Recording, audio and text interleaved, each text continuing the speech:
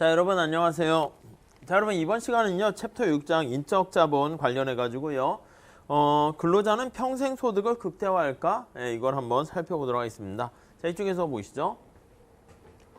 자, 우선 이제 인적자본 중에서 8절 해당하는 겁니다.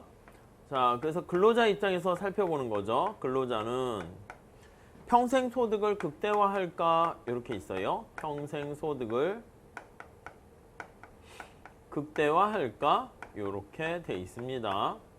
극대화할까? 첫 번째 줄 보시면 학력 모형에서 학교 교육의 수익률을 추정하는 개념적인 틀을 얻을 수 있다. 그렇죠. 우리가 1년 더 교육을 받았을 때 얼마나 임금이 올라가는가 보면 되는데 전제 조건이 능력이 똑같다. 이런 게 있어야 돼요. 그래서 거기 보시면 일정 조건 하에서 이 능력이 똑같다는 거죠. 교육 연수가 있으면 임금 할 때 이렇게 증가한다고 합시다. 자, 그러면 내가 여기서부터 1년간 더 교육을 받게 되면 임금이 이만큼 올라간다. 이렇게 되는 것을 우리가 확인할 수가 있게 될 겁니다. 그렇죠? 이게 이제 일정 조건 하에서예요. 일정 조건 하에서 이 언제나 요 일정 조건이라는 그걸 잘 좀 체크하셔야 됩니다. 자, 그래서 교육 수준의 차이가 나는 근로자의 백분율 임금 격차가 학교 교육의 수익률 이렇게 돼 있어요. 학교 교육의 수익률 이렇게 돼 있습니다. 수익률. 자, 이렇게 해석될 수 있고요. 다음 줄에 하지만 이런 학교 교육의 수익률 계산이 이론을 검증하는 것은 아니다. 그보다 그러한 개선은 이론을 사용해서 특정한 방법으로 근로자 간의 소득 차이를 해석하는 것이다. 지금 요게 학교 교육의 수익률 요걸 통해 가지고 야, 지금까지 네가 봤던 이론이 맞냐 틀리냐 그걸 본다는 게 아니라 어떻게 계산할 것인가, 근로자의 어떤 소득, 임금의 차이를 요거 가지고 살펴볼 수 있다는 것입니다. 자, 그래서 거기 다음 줄 보시면 따라서 학력 모형이 학생들이 학교를 계속 다닐지를 실제로 어떻게 결정하는가를 제대로 설명하는지를 알아볼 수 있다라는 거예요. 그래서 이게 우리가 학력 모형 가지고 설명을 하는 거예요. 학력 모형을 가지고 요거를 설명하려고 합니다. 자, 다음 줄에 보시면 특정 근로자가 대학에 갔을 때랑 고등학교 졸업 후에 학업을 중단했을 때 연령 소득 곡선을 관찰할 수 있다면, 그러니까 이 사람이 고등학교를 졸업할 때랑 대학을 갈 때랑 이걸 다 알아야 되는데 우리가 이걸 안 가본 길이잖아요. 가정이잖아. 만약에 이렇게 붙는다고요. 이 사람이 대학을 안 갔다면, 대학을 갔다면, 근데 이거 가자는 길이기 때문에 우리가 판단하기 어렵다고요. 자, 그래서 거기 보시면 그걸 다 알면 되는데 알 수가 없다는 것이죠. 그래서 이러한 연간 소득을 사용해서 각 선택의 현재 가치를 계산하고 두 숫자를 비교해서 현재 가치가 큰 학력을 근로자가 선택. 그러니까 만약에 어떤 사람이 대학을 진학을 했다면, 그리고 대학을 진학하지 않았다면 요거를 둘 다 알고 있다라고 하면은 그러면 둘 중에 내가 갔다면 이만큼 돈을 얻고 안 갔다면 이렇게 얻을 거, 그걸 할 텐데 가지 않은 길이니까 파악하기 어렵다는 겁니다. 자, 그래서 거기 다음 단락 보시면 이러한 단순한 검증은 결코 이루어질 수 없어요. 안 가본 길이니까. 그래서 어느 게 더 나은가는 결코 이거는 검증을 할 수가 없다. 이렇게 보시면 될 것 같습니다. 검증 불가. 네, 이해하시겠죠? 그 다음 줄 볼까요?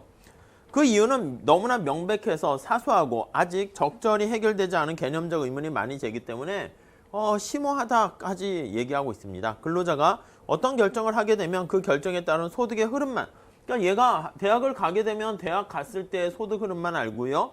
대학을 안 가면 안 갔을 때 소득 흐름만 알지 사실은 어떻게 될지 알 수가 없다, 이 얘기입니다. 그래서 대학을 졸업한 근로자 집단을 생각해보자. 이 대학생 졸업자에게 대학 졸업 이후에 평생 소득만을 관찰할 수 있어요. 이 친구는 대학을 가버렸어. 그래서 그것만 알 수 있는 거지 가지 않았다면 이거를 알 수가 없습니다. 마찬가지로 고등학교를 진학한 사람들이 있으면 집단이 다른 거야. 그래서 완전히 이게 다른 두 집단을 우리가 비교한 것이기 때문에 대학을 간 사람과 가지 않은 사람, 그게 대학 때문에 발생했는지 알 수가 없다는 것이죠. 무슨 말씀인지 이해되시겠죠? 그래서 다음 줄에 가보시면 이 문제를 간단히 해결할 수 있다고 생각하기 쉽다 우리는. 근데 그게 아니에요.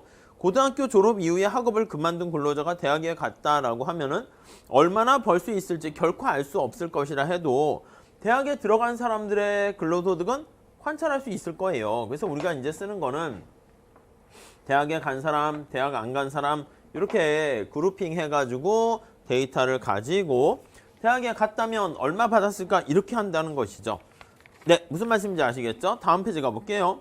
근데 이런 게 가능하려고 하면은요, 그룹을 한과 대학을 간 사람과 안 간 사람. 근데 일정한 조건이 바로 뭐냐면 여기 있는 것처럼 단 이게 바로 뭐냐면 능력이 동일하다면 이게 전제로 깔려 있어야 돼요. 동일하다면.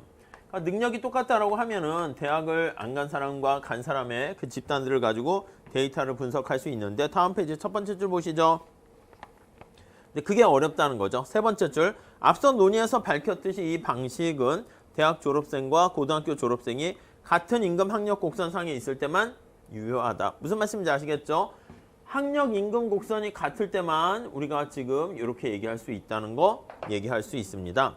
능력의 차이가 있다면 계산은 타당하지 않게 되고요. 대학 졸업생과 고등학교 졸업생 간에 관찰된 임금 격차는 대학 교육의 수익뿐만 아니라 능력 차이까지 있게 되는 거예요. 그래서 이게 검증이 불가하다는 것은 다른 사람을 비교하는 것이기 때문에 그게 학교 때문에 그런 건지 능력 때문에 그런 건지 알 수가 없는 거예요. 그래서 우리는 관찰된 임금만, 관찰된 임금 격차 정보만 가지고 정보만 알 수가 있는데 이거 가지고는 학력과 관련된 걸 얘기할 수 없다 보시면 돼요. 자, 우리 숫자를 가지고 한 사례 예시를 한번 보도록 할게요. 자, 문제의 중요성을 설명하기 위해서 두 명의 근로자 윌리와 웬디가 단순한 수적 예를 통해서 윌리는 블루 칼라 일에 능숙하고요. 이거는 블루 칼라 일에 능숙하고요. 그리고 거기 보시면은 웬디는 화이트 칼라 일에 능숙해요. 웬디 얘는 화이트 칼라 일에 사무직에 능숙하다는 거예요. 화이트라고만 쓸게요. 칼라까지 쓸까? 칼라 일에 능숙합니다. 자, 그래서 거기 보시면 1년에 학력이 필요하네요. 그러니까 화이트 칼라 일을 하려면 1년에 교육을 받아야 된다고 합시다. 둘 다 이걸 할 수는 있겠지만 자, 평생 2기간만 있다라고 합시다. 자, 밑에 거기 보니까 학교에 다니지 않는 두 사람은 2기간 모두 블루 칼라 일을 하고요. 그러니까 블루 칼라 일은 교육이 필요 없고요.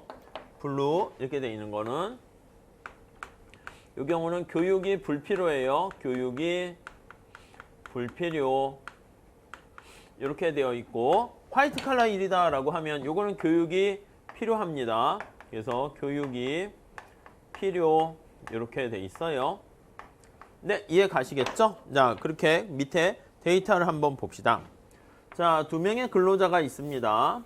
윌리, 웬디. 다르게 했으면 좋은데 비슷비슷하네요. 윌리, 웬디, 웬디. 자, 그리고요. 거기 일을 하는 거 보니까 블루 칼라 일이 있고요. 블루 칼라, 화이트 칼라 일이 있습니다. 자, 윌리는요. 블루 칼라 일을 하면 거기 나와 있는 것처럼 2만 달러의 돈을 벌게 됩니다. 화이트 칼라 일을 하면 4만 달러의 일을 돈을 벌게 되는 걸 알 수 있어요. 웬디는요. 블루 칼라 일을 하면 15,000달러의 돈을 벌게 되고요. 화이트 칼라 일을 하면 41,000달러의 돈을 번다. 이렇게 가정합시다. 자, 윌리는요. 거기 보시면 블루 칼라 일을 할 때는 윌리가 훨씬 더 일을 잘하는 거예요.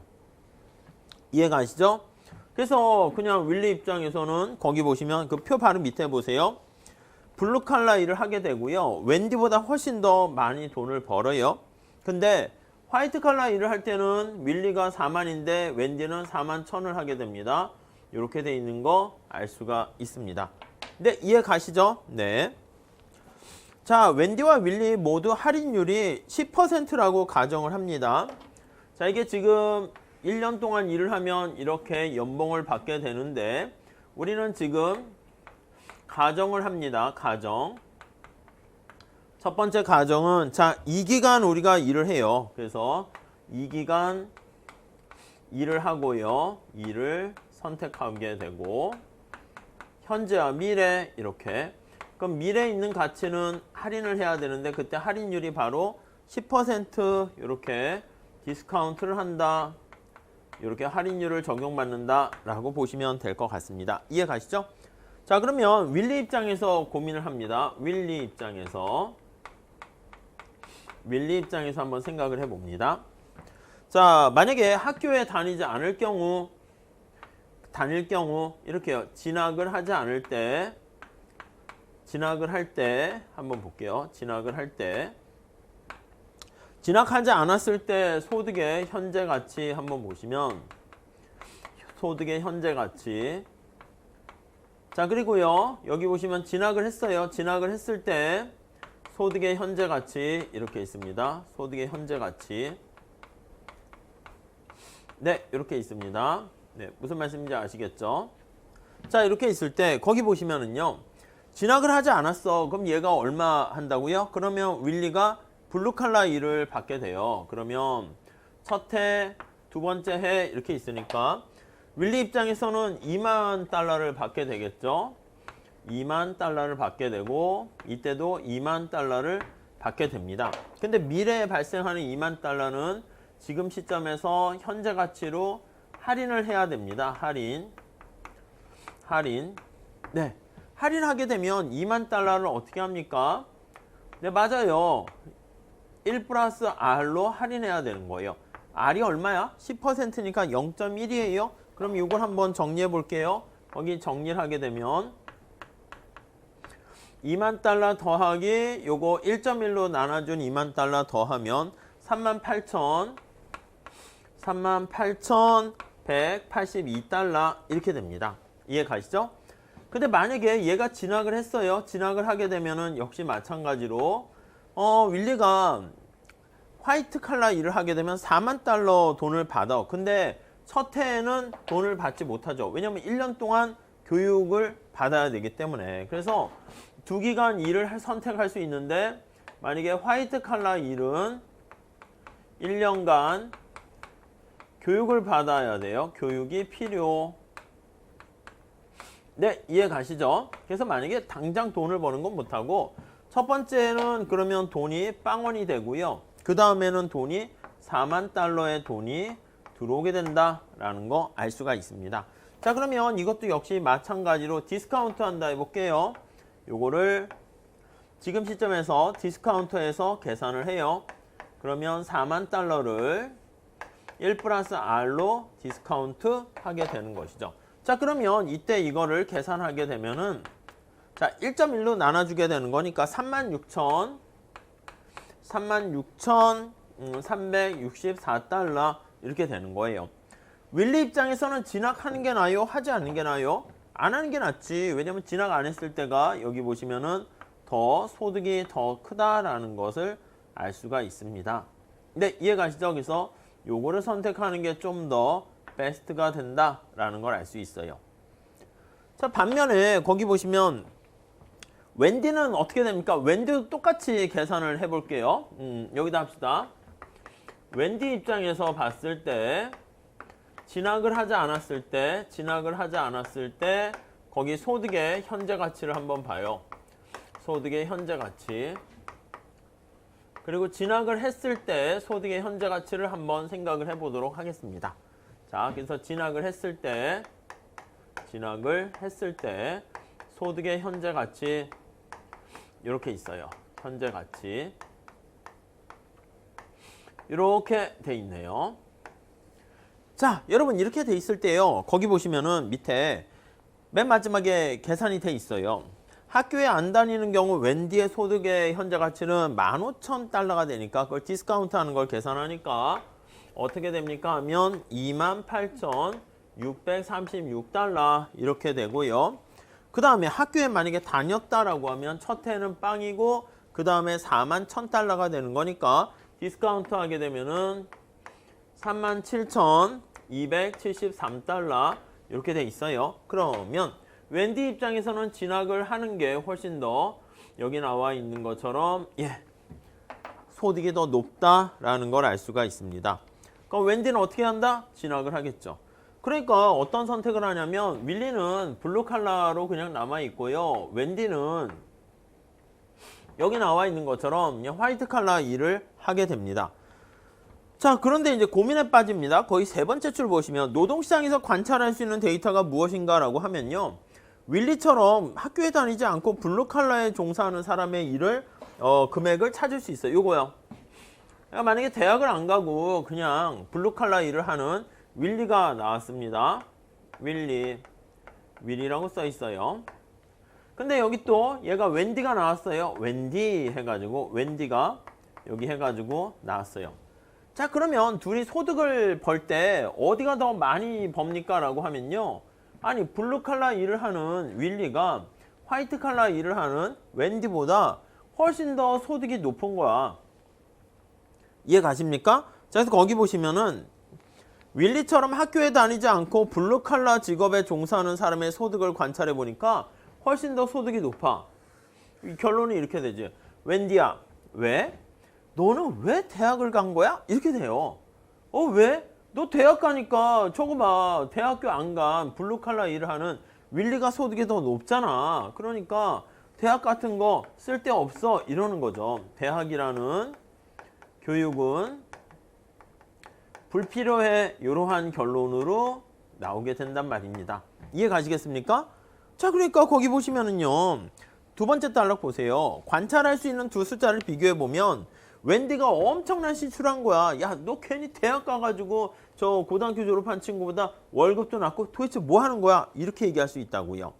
자, 그런데 세 번째 줄 보시면 근로자는 자신에게 맞는, 거기 동그라미 치세요. 특정 직업으로 찾아갔기 때문에 이는 적절한 비교가 아닙니다. 왜냐면 블루칼라 일을 하는 윌리가 돈을 많이 번다 해서 웬디가 만약에 대학 진학 안 하면 어떻게 돼요?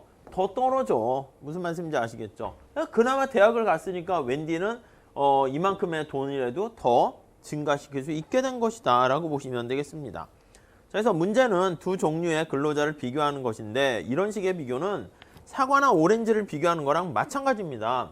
엉뚱한 사람을 두 개 비교해서 이거를 선택편이다 이렇게 얘기합니다. 선택편이 바이어스가 발생했다라고 얘기를 해요.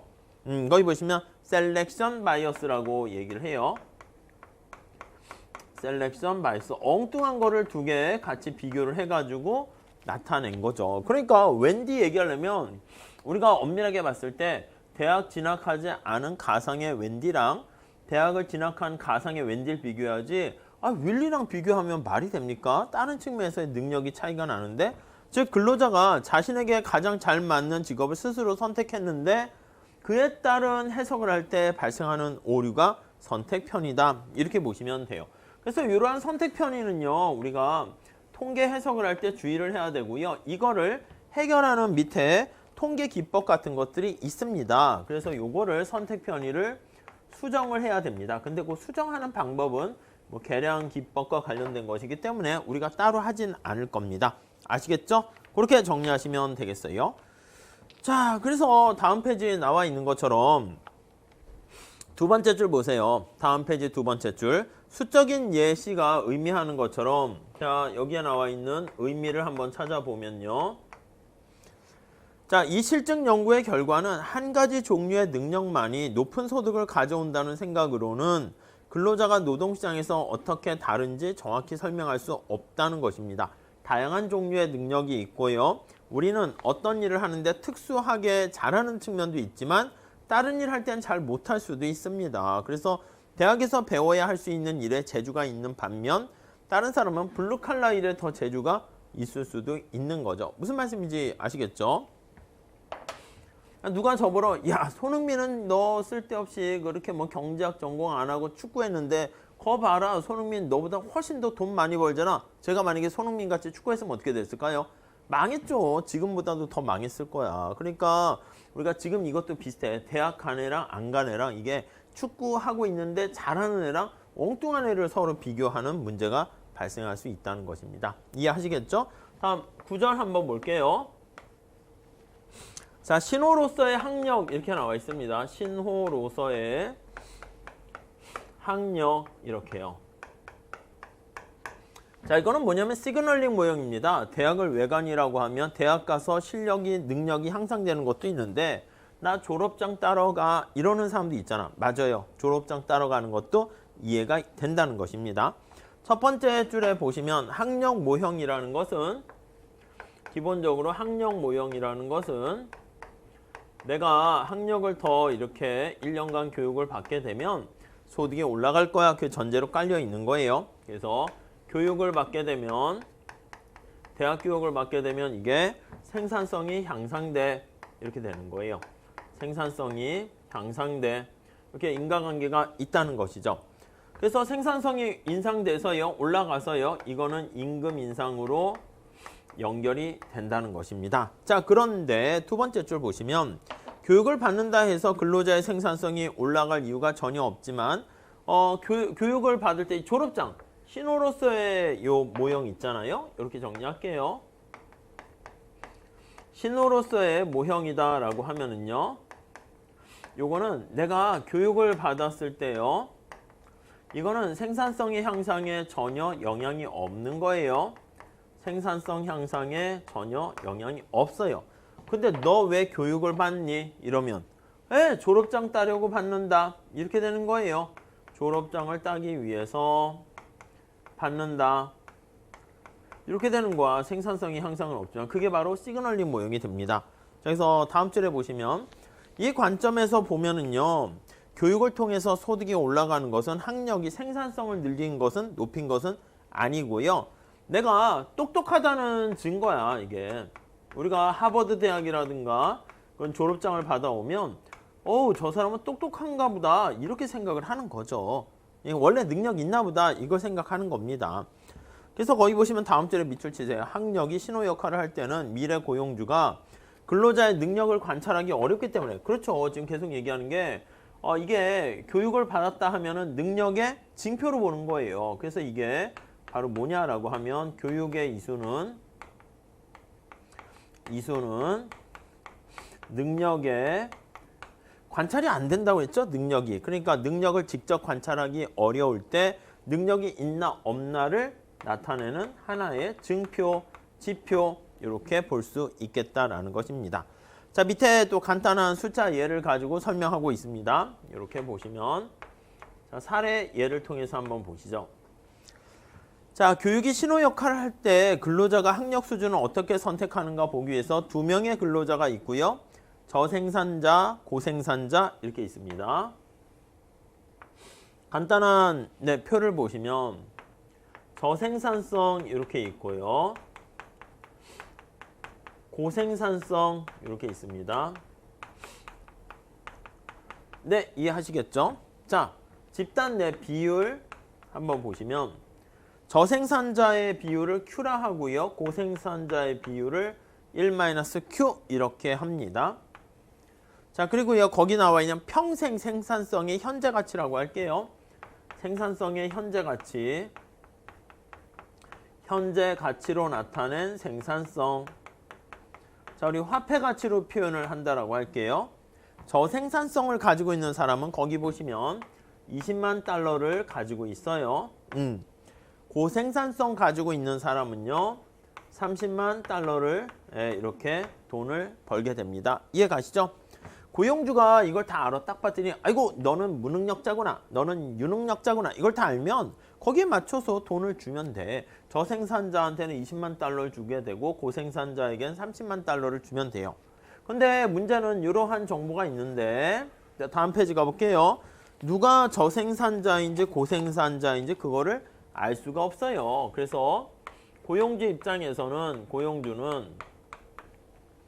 고용주 입장에서는 거기 나와 있는 거기 세 번째 줄 보세요. 특정 근로자가 자신이 어느 그룹에 속한지는 자기가 알아. 자기가 생산성이 높은지 낮은지 자기는 알고 있지만 고용주는 잘 몰라요. 정보가 부족해요. 그래서 아니면 알게 되는 데는 직접 일을 시켜봐야 돼. 그럼 나중에 일을 시켜보니까 아이고 쟤는 일을 잘 못하는구나. 쟤는 잘하는구나. 알 수가 있어요. 시간이 오래 걸리지. 자, 이렇게 노동시장에서는요. 어느 한쪽이 정보를 잘 갖고 있는데 근로자는 자신을 아는 거죠. 근로자는 자신의 생산성을 잘 알아요. 생산성을 잘 알지만 이렇게요. 고용주는 생산성을 잘 모른다라는 것입니다. 이해 가시겠죠? 그래서 이러한 상황이 있잖아요. 이거를 비대칭 정보에 빠져 있다 이렇게 보시면 돼요. 비대칭적 정보 상태에 빠져 있다 이렇게요. 이해 가시겠습니까? 그래서 이게 대칭적인 정보를 symmetric이라는 말을 써요. symmetric information 이렇게 얘기하는데 이런 경우는 비대칭이라고 하잖아요. 여기서 앞에다가 A자를 붙입니다. asymmetric information이다 이렇게 얘기합니다. 자, 여기서 각각의 지원자에 대해서 자신의 저생산 근로자인지 고생산 근로자인지를 묻게 된다라고 해요. 아니 고용주가 당신은 저생산 능력이 있습니까? 없습니까? 그럼 다 있다고 뻥을 치지. 왜냐면 겉으로 봤을 때 능력이 있는지 없는지를 스스로는 알고 있지만 겉으로 잘 표현되지가 않는다고요. 그래가지고 거기 높은 급여를 원하는 지원자는 실제 능력과 상관없이 언제나 고생산 근로자다 이렇게 얘기를 하게 됩니다. 무슨 말씀인지 아시겠죠? 그럼 근로자를 우리가 이제 통합해서 만약에 취급한다면 어떻게 됩니까? 라고 하면요. 자, 이러한 정보 하에서요. 근로자를 이제 고용주 입장에서는 잘 모르잖아. 정보 부족이니까 선택을 두 가지를 할 수 있습니다. 첫 번째는 어떤 선택을 하는가라고 하면 거기 보시면 통합해서 그걸 통합균형이라 합니다. 통합해가지고 취급을 하는 거야. 그러니까 하나로 이제 해가지고 돈을 주는 겁니다. 자, 거기 보시면 두 번째 줄 보세요. 근로자를 통합해서 취급한다면 이렇게요. 첫 번째 줄. 저생산성 근로자는 항상 자신의 생산성에 대해서 거짓말을 하기 때문에 회사는 근로자 자신이 자격에 대해서 이야기하는 것을 됐어. 너 어차피 뻥칠 거니까 이거 모르는 거야. 그렇기 때문에 동등하게 취급해. 저생산자가 Q만큼 있고 고생산자가 1-Q만큼 있구나 해가지고요. 통합해서요. 평균적인 급여를 제시한다고 할게요. 급여를 제시하는데 어떻게 계산합니까? 라고 하면요. 저기요. Q만큼의 비율로 20만 달러를 제공하게 되고요. 더하기 1-Q의 확률로 곱하기 30만 달러를 제공하게 됩니다. 이렇게요. 자, 그러면 이걸 정리하게 되면 20만, 30만 이렇게 되는 거니까 거기 나와 있는 것처럼 30만 달러 빼기 1010만 Q 이렇게 되는 것을 알 수가 있습니다. 자, 다시요. 평균 급여는 어떻게 결정합니까? 라고 하면 이렇게 결정된다 라는 것을 알 수가 있습니다. 자, 그런데 Q는 어떻게 됩니까? Q는 0보다 크고요. Q가 1보다 작기 때문에 요거의 레인지는요. 이게 0일 때는 30만 달러고 이게 1이 되면 20만 달러 그 사이에 결정될 거예요. 요 사이에 결정됩니다. 자, 그래서 통합균형에서의 임금은 다음 줄 나와 있는 것처럼 요게 이렇게 되니까 따라서 평균 급여는 어떻게 결정됩니까? 라고 하면 20만 달러에서 30만 달러의 그 사이에서 요 사이에서 결정이 된다라는 것을 알 수가 있습니다. 근데 저생산 근로자 같은 경우에는 어떤 걸 좋아하냐면 근로자 중에서 저생산 근로자는 자기는 원래 생산성이 이렇게 있으니까 최소한 20만 달러만 받으면 되거든요. 근데 통합균형을 하게 되면 어떻게 되냐면 요 사이니까 최소한 자기가 20만 달러는 받고 그거보다 조금 더 플러스 알파를 받을 여지가 생기게 됩니다. 무슨 말씀인지 아시겠죠? 그렇기 때문에 거기 보시면은 저생산 근로자가 통합균형을 선호합니다. 그래서 저생산 근로자는 통합균형을 선호해요. 균형을 선호한다. 이렇게 보시면 될 것 같습니다. 왜? 최소한 자기가 받을 자기의 생산성보다는 더 받을 수 있기 때문에. but 거기 다음 줄에 보시면 고용주랑 고생산 근로자는 고용주는 어떻게 됩니까? 최소한 손해를 본다고. 그리고 고생산 근로자는 뭐야 나 최소한 능력 있는 사람인데 저기 저생산 근로자 그러니까 약간 저걸 악화라고 얘기합니다. 고생산 근로자는 이거를 선호하지 않아요. 싫어 이렇게 싫어한단 말이에요. 싫어. 무슨 말씀인지 아시겠습니까? 네, 그렇게 정리하시면 되겠습니다. 자, 그래서요 거기 보시면은요 고용주는 근로자가 잘못된 일에 배정되고 있음을 알게 되는 거야. 이렇게 평균했다가는 야, 안 되겠네. 그래서 다음 틀에 보시면 고생산 근로자가 하찮은 일에 배정되기도 해요. 능력 있는데 그냥 평균으로 퉁 치게 되니까 고생산 근로자가 능력 없는 하찮은 일, 쉬운 일에 배정이 되고 능력 없는 애가 또 어려운 일에 배정돼서 엉망으로 되게 되면은 거기 회사에 이게 어떻게 됩니까? 효율성에 저해가 되는 거죠. 그러니까 이렇게 통합 균형하게 되면 회사의 효율성에 이렇게 손실이 발생한다라는 것을 알 수가 있게 됩니다. 그래서 효율성과 성과가 악화됩니다. 자, 비슷하게 고생산성 근로자의 소득은 저생산성 근로자에 의해서 끌어올려 내려가기 때문에 고생산 근로자는 어떻게 됩니까? 아, 뭐야, 나 열심히 할 필요가 없네, 이렇게 돼서요. 고생산 근로자는 나 능력 있어요 하고 고생산 근로자에게 능력 있다는 것을 시그널을 보낼 유인이 생기게 됩니다. 이해 가시겠습니까? 자, 여기서 우선 신호로서의 학력 나와 있는데 요거에 대한 얘기 우리가 뒤에 이어서 조금 더 볼 거고요. 이쪽으로 오시면 지금 여기 대학 교육을 받을 것인가 받지 않을 것인가를 2명 나타낸 거 있잖아요. 근데 이거는 서로 다른 능력을 가지고 있는 사람이기 때문에 대학을 갔다 안 갔다가 더 잘한 선택이냐 하는 것은 아니라는 건데 이 사례의 예를 통해 가지고 잘 머릿속에 체크해 주시면 좋겠습니다.